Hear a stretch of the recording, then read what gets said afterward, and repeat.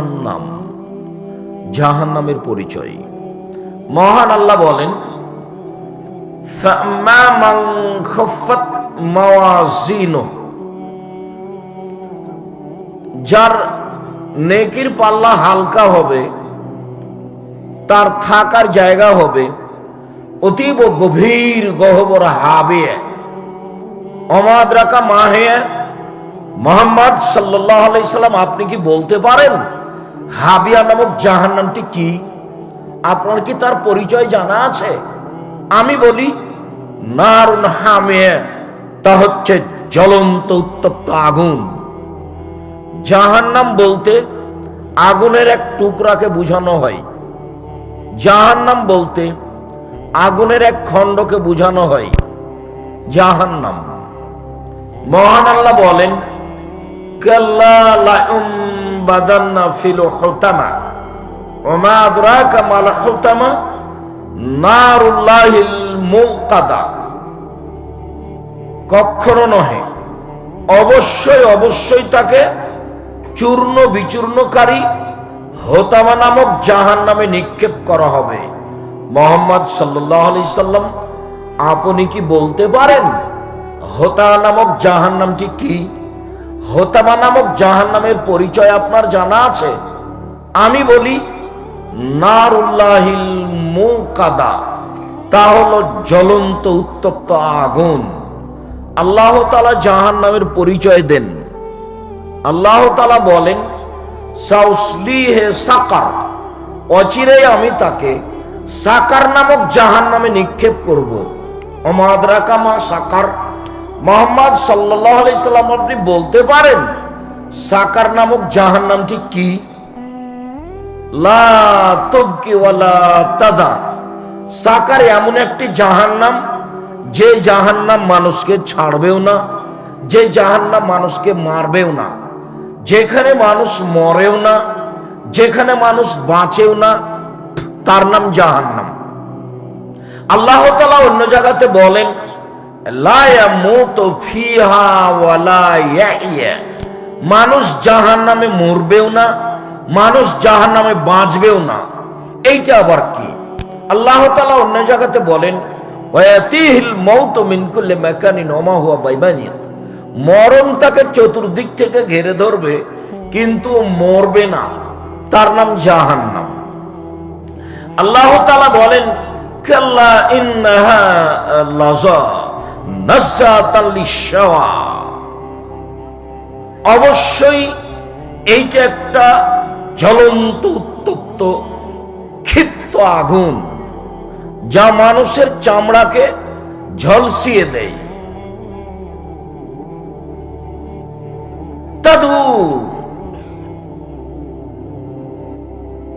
ডাক দেয় ওকে, মান তাওয়াল্লা, যে উল্টা মুখে চলে যায়, কথা মানে না।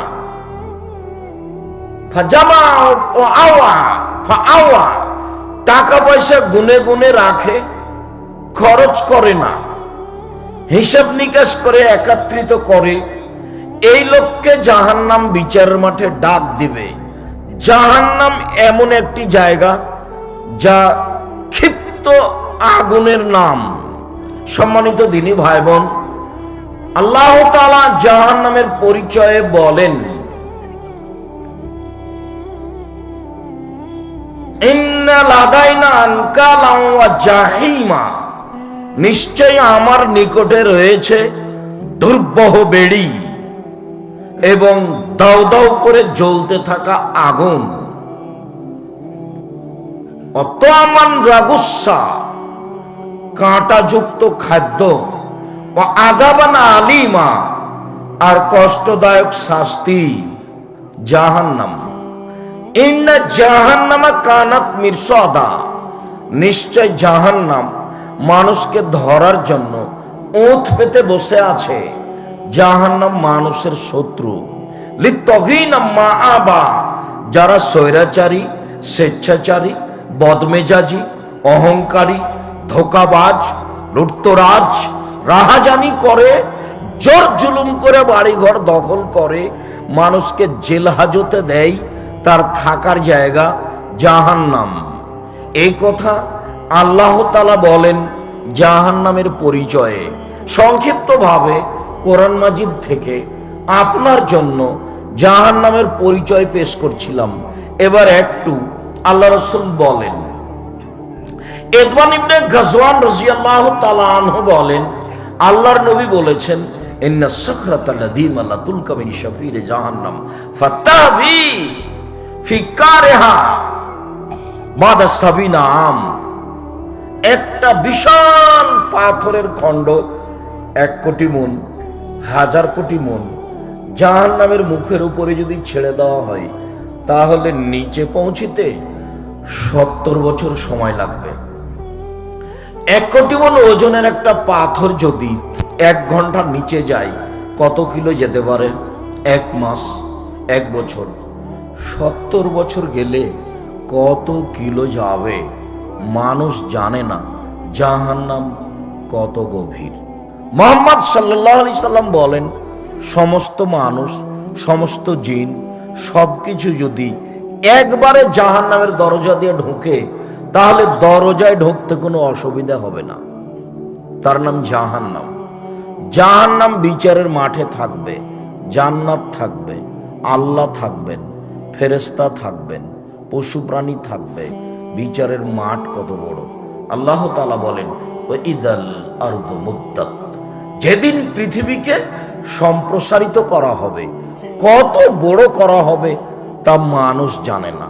তবে জাহান্নাম বিচারের মাঠে থাকবে, জান্নাত থাকবে, আল্লাহ থাকবেন, ফেরেশতা থাকবেন, মানুষ থাকবে, জিন থাকবে, পশু প্রাণী থাকবে। বিচারের মাঠ কত বড়, জাহান্নাম কত বড়। জাহান্নামীদের পরিচয়।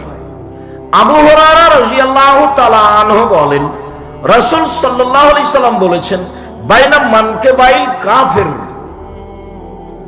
সালাসাতা আইয়াবিল রাকিবিল মুসরি।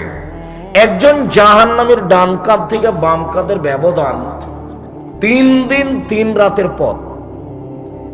একটা দ্রুতগামী ঘোড়া একজন জাহান্নামীর ডান কাঁধে দৌড়াতে আরম্ভ করলে বাম কাঁধে পৌঁছিতে 3 দিন সময় লাগবে। এই কথা রাসূল সাল্লাল্লাহু আলাইহি সাল্লাম বলেন। আবু হুরায়রা রাদিয়াল্লাহু তাআলা আনহু বলেন, রাসূল সাল্লাল্লাহু আলাইহি সাল্লাম বলেছেন, ইন্না গিলজা জাহান্নাম, ইন্না গিলজা জিলদিহি ওয়া ইয়াসনানি 40 যিরা। একজন জাহান্নামীর গায়ের চামড়া 42 হাত মোটা। ওয়াইন্না জিরসা মিসলু উহুদিন, তার দাঁত উহুদ পাহাড়ের সমান বড়। উহুদ পাহাড় 4 কিলোমিটার প্রশস্ত, 8 কিলোমিটার লম্বা। নিচে কত আছে তা মানুষ জানে না। তিনি বলেন, ওয়াইন্না ফাকিদাহু মিসলু বাইজা। একজন জাহান্নামের উরু রান বাইজা পাহাড়ের সমান। বাইজা পাহাড় 39 কিলোমিটার লম্বা। তিনি বলেন, ওয়াইন্না মাজলিসু মিন জাহান্নাম মা বাইনা মক্কা ওয়াল মদিনা। একজন জাহান্নামীর বসার জায়গা মক্কা থেকে মদিনা 450 কিলোমিটার। একজন জাহান্নামীর বসার জায়গা যদি 450 কিলোমিটার হয়, প্রতি 1000-এ 999 জন মানুষ যদি জাহান্নামে যায়, তাহলে জাহান্নাম কত বড়! সম্মানিত দিনী ভাই বোন, আমরা সংক্ষিপ্তভাবে জাহান্নামের পরিচয় পেশ করছিলাম। জাহান্নামকে বিচারের মাঠে টেনে নিয়ে যাওয়া হবে। মহান আল্লাহ বলেন, ওয়াজিয়া ইয়াউমাইদিন বিজাহান্নাম।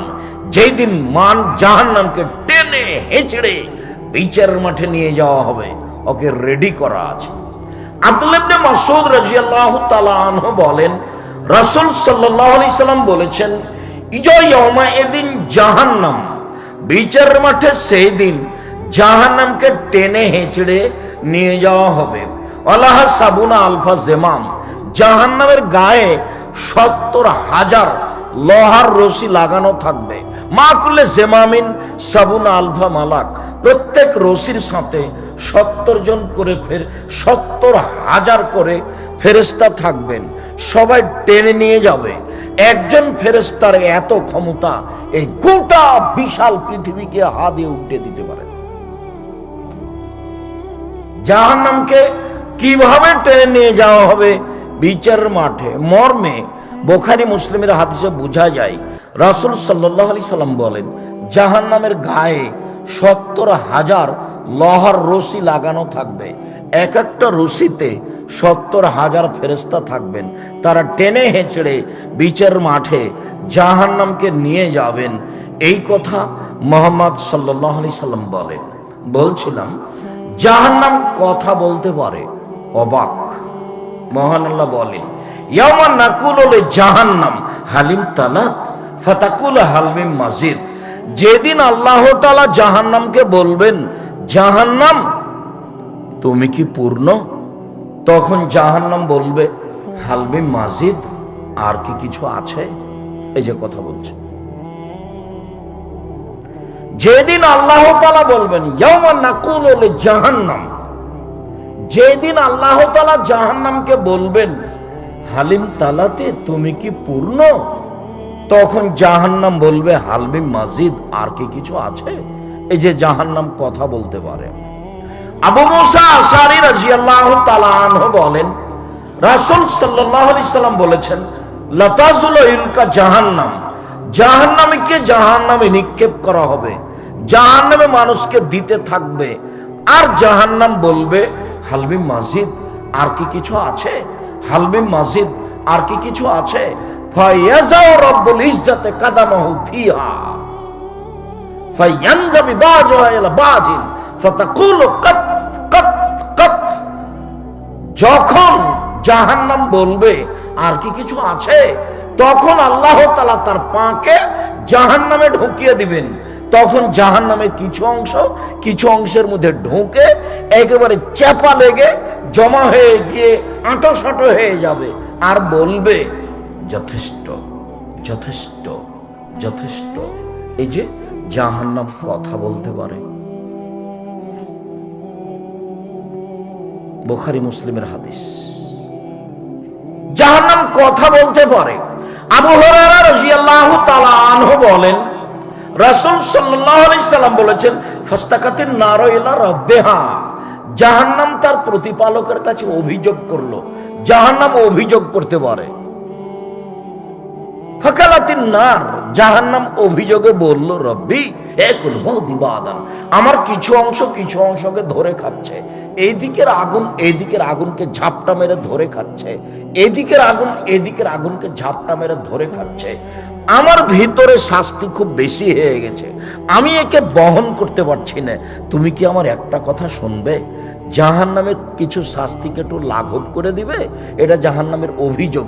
ফাস্তাকাতিন নার ইলা রাব্বিহা, জাহান্নাম তার প্রতিপালকের কাছে অভিযোগ করলো যে আমার কিছু অংশকে ধরে খাই, আপনি কি একটু আমার কথা শুনবেন? আল্লাহ তাআলা বললেন, ফাওয়াজনা বিনাফসাইন, জাহান্নামের অভিযোগ মেনে নেওয়া হলো। আল্লাহ বললেন, ঠিক আছে জাহান্নাম, তোমার অভিযোগ আমি মেনে নিলাম।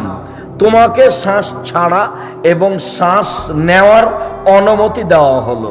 তুমি ঠান্ডা এলাকা থেকে একবার শ্বাস ছাড়বে, পৃথিবী 6 মাস গরম থাকবে আর ঠান্ডা থাকবে। আর গরম এলাকা থেকে একবার শ্বাস ছাড়বে, তাহলে পৃথিবী 6 মাস গরম থাকবে। শ্বাস পৃথিবীর যেখানে যেমন আসে তেমন এলাকা ঠান্ডা হয়। কোনো এলাকায় কম ঠান্ডা, কোনো এলাকায় বেশি ঠান্ডা। আবার এমনটা হতে পারে, যখন শ্বাস নেয় তখন পৃথিবী ঠান্ডা হয়, আর যখন শ্বাস ছাড়ে তখন পৃথিবী গরম হয়। শ্বাস যে এলাকায় যেমন পৌঁছে তেমন ঠান্ডা বেশি হয় কম হয়, তেমন গরম কম হয় বেশি হয়, এমনটাই হতে পারে। হাদিস বুখারী মুসলিম। তবে জাহান্নামের অভিযোগ আল্লাহ তাআলা মেনে নিয়েছেন মর্মে বুখারী মুসলিমের হাদিসের রয়েছে। আবু হুরায়রা রাদিয়াল্লাহু তাআলা আনহু বলেন, রাসূল সাল্লাল্লাহু আলাইহি সাল্লাম বলেছেন, তাহাজ্জাতিন নার আল জান্নাহ ওয়ান নার, জাহান্নাম এবং জান্নাত বিচারের মাঠে আল্লাহর কাছে হইচই লাগিয়ে দিবে, তর্ক লাগিয়ে দিবে। জাহান্নাম বলবে উসিরতু বিল মুতাজাব্বিরিন আল মুতাকাব্বিরিন, আমার ভিতরে স্বৈরাচারী, স্বেচ্ছাচারী, বদমেজাজি, অহংকারী কেন? আমার ভিতরে জালেম, যারা দাঙ্গাবাজ, যারা জুলুমবাজ, যারা ক্ষমতা দেখিয়ে মানুষের জমি জায়গা দখল করেছে, তারা আজকে আমার ভিতরে কেন? এটা জাহান্নামের অভিযোগ। জাহান্নাম বলবে উসিরতু বিল মুতাজাব্বিরিন আল মুতাকাব্বিরিন, অহংকারী, স্বৈরাচারী, বদমেজাজি, ক্ষমতাধরেরা আমার ভিতরে কেন? তখন আল্লাহ তাআলা বলবে, জাহান্নাম ইন্নামা আনতি আযাবি, তুমি আমার শাস্তি। জাহান্নাম তুমি আমার গজব। জাহান্নাম তুমি আমার শাস্তি। ওয়াদেব বেকেমান আশামিনে বাদি, তোমাকে দিয়ে আমার যার ইচ্ছা তাকে শাস্তি দিব, আমার বান্দার যাকে ইচ্ছে তোমাকে দিয়ে শাস্তি দিব জাহান্নাম। এই জন্য আমি তোমার ভিতরে স্বৈরাচারী, বদমেজাজিদের দিয়েছি। জান্নাত বলবে, আল্লাহ আমার ভিতরে এত দুর্বল, অসহায় মানুষ কেন? তখন আল্লাহ তাআলা বলবেন, জান্নাত ইন্নামা আনতি রাহমাতি, জান্নাত তুমি আমার দয়া, জান্নাত তুমি আমার দয়া। আর হামো বেকে মানা সমিনে বাদি, আমার বান্দার যাকে ইচ্ছে তোমাকে দিয়ে দয়া করব। ইন্না লিল্লাহি মিয়া রাহমা, আল্লাহর নিকটে ছিল 100টি দয়া। তোমরা দাঁড়িয়ে কেন? এই ছেলে দাঁড়িয়ে কেন ওখানে? তোমরাই কি পাহারা দিচ্ছ? ঢং দেখাচ্ছ? এই ছেলে নাসিম দরজা ওই যে ওখানে দাঁড়িয়ে আছে, তোমরাই কি নাকি পাহারা দিচ্ছ? যারা তারা নাকি? আপনার তো একটা শরম থাকা দরকার। আমি আব্দুর রাজ্জাক বিন ইউসুফ কথা বলছি, আপনাকে তো আমি অনেক ভালোবাসি। আপনি আমাকে কি দেখাতে চাচ্ছেন? আপনি নিজে কষ্ট পান, এটা তো আমি চাইনি। আপনি গতানুগতিক প্রোগ্রাম পেয়েছেন। 33 বছর আমি কোনোদিন অপ্রয়োজনীয় বাক্য বলিনি। 33 বছরে কেসা কাহিনী বলিনি। হঠাৎ একদিন গাড়ির গায়ে লেখা আছে আদ-দাওয়া ইলাল্লাহ। তো দেখে আমি বিষয়টা ভাবলাম, ব্যাপারটা কি? আদ-দাওয়া ইলাল্লাহ কি? তো বলছে, আব্বু আদ-দাওয়া ইলাল্লাহ কি? আমার জানা নাই। বলছে, আব্বু লন্ডন, এইসব ইউরোপ, ওই আপনার ফ্রান্স, ইটালি, এসব ঘুরে এসে দেখলাম যারা আসলে বুদ্ধিবিদ্যা বিক্রি করে খায়, জ্ঞান বিক্রি করে খায়। তো আমাদের দেশ তো দেখি সবাই খালি রাস্তা নিয়ে ব্যস্ত। বহির্বিশ্ব থেকে বড় বড় মহিলা ডাক্তার নিয়ে এসে এদেশে যদি বড় বড় আপনার মেডিকেল করতো, আমাদের দেশের মেয়েদেরকেও বড় ডাক্তার করতো, মেয়েরা চিকিৎসা পেত মেয়েদের কাছে। বহির্বিশ্ব থেকে বড় বড় ডাক্তার নিয়ে এসে যদি এদেশে মেডিকেল খুলে বড় বড় ডাক্তার করতো, তো অসহায় মানুষেরা চিকিৎসা পেত। লক্ষ লক্ষ মানুষ ইন্ডিয়া যায় চিকিৎসা নিতে, সিঙ্গাপুর যায়। আবার দেখি আরব দেশগুলি শুধু খালি বিনোদন নিয়ে ব্যস্ত। খেলবে ব্রাজিলের লোক আর খেলা হবে কাতারে। অবাক কথা। তো ঘুরে ঘুরে দেখলাম যে সবকিছু ওদের, আর আমরা আছি ওদের মাঠে। তো সূচনায় যাই। আপনাকে তো দেখছি 30-32 বছর থেকে বক্তব্য দিচ্ছেন, ফলাফল মাঠে আমি দেখেছি। তাতে আমি মনে করছি যে এরকম প্রোগ্রামের সাথে আমি একমত নই। মক্তব ভিত্তিক শিক্ষা কার্যক্রম, মক্তব ভিত্তিক দাওয়াতি কার্যক্রম চালু করবে ইনশাল্লাহ দেশের মাটিতে। সারা দেশ জুড়ে মক্তব ভিত্তিক শিক্ষা কার্যক্রম, মক্তব ভিত্তিক দাওয়াতি কার্যক্রম চালু করব সারা দেশ জুড়ে ইনশাআল্লাহ। সেই প্রোগ্রামেই এর নাম দিয়েছি আদ-দাওয়া ইলাল্লাহ। মক্তব ভিত্তিক শিক্ষা কার্যক্রম, দাওয়াতি কার্যক্রম। দেখি বই ছাপিয়েছে, সিলেবাস তৈরি করেছে, সব কিছু রেডি করে প্রায় 300-র অধিক মক্তব্য চালু হয়ে গেছে। আমি বললাম, আব্বু জামিয়া সালাফের এটা একটা বিশাল শাখা, আমার মনে বড় সাধ, এই দেশের মাটিতে আমি উন্নত মানের প্রতিষ্ঠান গড়বই গড়ব ইনশাআল্লাহ। আমার মনে বড় সাধ, এই দেশের মাটিতে উন্নত মানের প্রতিষ্ঠান গড়বই গড়ব ইনশাআল্লাহ, যেখানে ছেলে মেয়ে বাংলা, ইংরেজি, আরবি উন্নত মানের শিক্ষা অর্জন করে জাতির অন্যায়ের বিরুদ্ধে লড়বে, মুখে কলমে মিডিয়ায় লড়বে ইনশাআল্লাহ। এই যে মুখে বলছি, সামনে শত মিডিয়া কলম সাথে আছে, জীবন বাজি রেখে চেষ্টা চালিয়ে যাচ্ছে।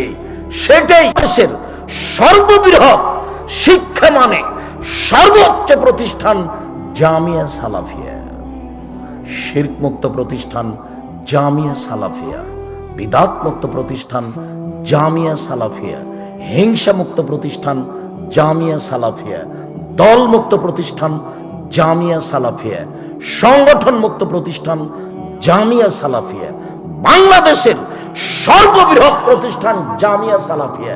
জামিয়া সালাফিয়া এখন প্রায় 5,000 ছেলে মেয়ে পড়াশোনা করে, 5,000। 300 জন শিক্ষক শিক্ষিকা আছেন যাদের প্রতি মাসে বেতন লাগে 32 লক্ষ। বিদেশি শিক্ষক, ইন্ডিয়ান শিক্ষক অনেক।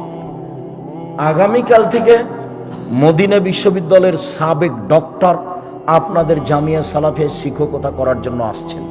এটা আপনাদের জামিয়া সালাফিয়া। যারা আরব ভূখণ্ড থেকে আসবেন তাদের থাকা খাওয়া লাগবে, যাতায়াত লাগবে, বেতন লাগবে না। যারা ইন্ডিয়া থেকে আসে তাদের থাকা খাওয়া লাগবে, তাদের বেতন দেওয়া লাগবে। জামিয়া সালাফিয়া আজীব প্রতিষ্ঠান। যারা এদেশের তাদের বাবুর্চি ভিন্ন, যারা ইন্ডিয়ার তাদের বাবুর্চি ভিন্ন, যারা আরব দেশের তাদের বাবুর্চি ভিন্ন। আপনাদের জামিয়া সালাফিয়ায় প্রায় 410 জন এতিম আছে। আপনার বাড়ির পাশে যেটা জামিয়া সালাফিয়া, সেটা প্রায় 51 বিঘা জমির উপরে। এখানে একটা মসজিদ তৈরি করছেন আপনারা 200 শতক জমির উপরে, প্রায় 6 বিঘা জমি নিয়ে, যার একতলাতে 10,000 মানুষ সালাত আদায় করতে পারবে, যার পাইলিং কাজ চলছে। আমার মনে বড় সাধ, এই দেশের মাটিতে উন্নত মানের প্রতিষ্ঠান গড়ব ইনশাআল্লাহ। জাতিকে ধর্মের নামে কোনোদিন ফাঁকি দিনি, কলম খাতাতেও ফাঁকি দিব না ইনশাআল্লাহ। জাতির যদি রাস্তাঘাট করে দিতে না পারি, জাতির যদি স্কুল কলেজ করে দিতে না পারি, জাতিকে চূড়ান্ত সঠিক ধর্ম দিতে পারবো ইনশাআল্লাহ। ধর্মের ব্যাপারে জাতিকে ফাঁকি দিয়ে পরকাল হারাতে রাজি নই। সম্মানিত দিনী ভাই বোন, 26 বছর থেকে ফতোয়া লিখি, 6 বছর থেকে নিজে ফতোয়া বোর্ড পরিচালনা করি। এই দেশের বড় বড় আলেম দিয়ে, দেশ বিদেশের বড় বড় বিদ্বান দিয়ে ফতোয়া বোর্ড পরিচালনা করা হয়। সেটাই হচ্ছে আল ইতেসাম পত্রিকার ফতোয়া বোর্ড, জামিয়া সালাফের ফতোয়া বোর্ড।